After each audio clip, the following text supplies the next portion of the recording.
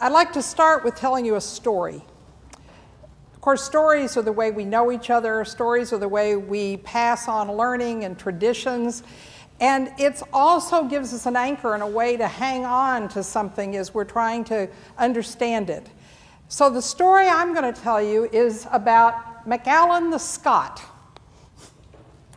And McAllen the Scot, as the story goes, was a burly, gentle giant, well over 7 feet tall, as the story goes, big curly red hair, frizzy, and he could lift a tree and throw it into the next county.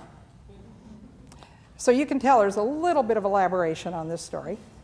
But apparently there was a man named McAllen the Scot, and he found his way to the border of Texas right across the Rio Grande from Mexico. And when he arrived, there were some things about him that were incredibly unique that people understood very early. And that was that he seemed to not differentiate between people based on color, race, their ideologies, or anything else. As he often said, this valley holds us all. His image was that we were all one. Now that was a couple hundred years ago. But the thing that was interesting about Mr. McAllen was that a town got founded with his name, McAllen, Texas. And part of what went on as the years went by is people discovered that they increasingly had this same story to tell one another, that we're all one in this valley. Now let me bring us up to modern times about McAllen, because I'm going to use it as a reference point for several things today. So there was a developer, business guy, actually out of Canada, who decided that he really needed to be able to compete and work on a bid that supported McAllen in regenerating its downtown core, including a park. And he suggested that instead of just starting to work, that they actually go back and understand the story of place, the story of this place, and that they bring in the people who were a part of the community and they engage in the storytelling until they could define what they called this place's identity.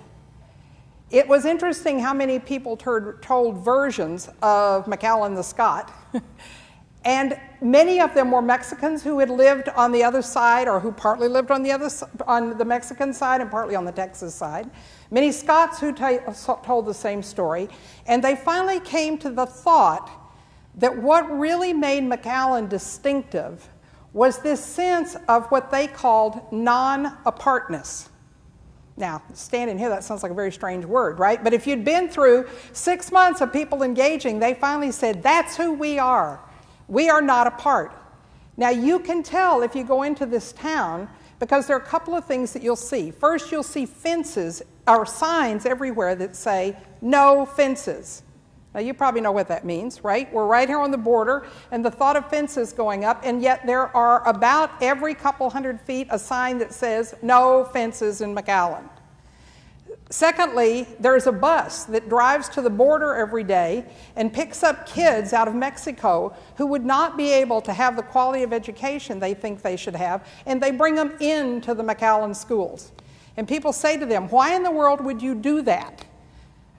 That is, costing taxpayers money, but all the taxpayers have agreed continuously to do it. Now, I'm not telling you this story about a town that is generous and good and giving of itself, which it is, but I'm telling you this story because it illustrates who McAllen is. And one of the things that they have discovered is they have moved this into a business practice. Their Economic Development Council now is building incubators around a concept, which is the uniqueness and distinctiveness of this place, which was born in its non-apartness, is fair. It's about fairness, it's about freedom, and we believe we could become the fair trade capital of the United States, because that's who we are.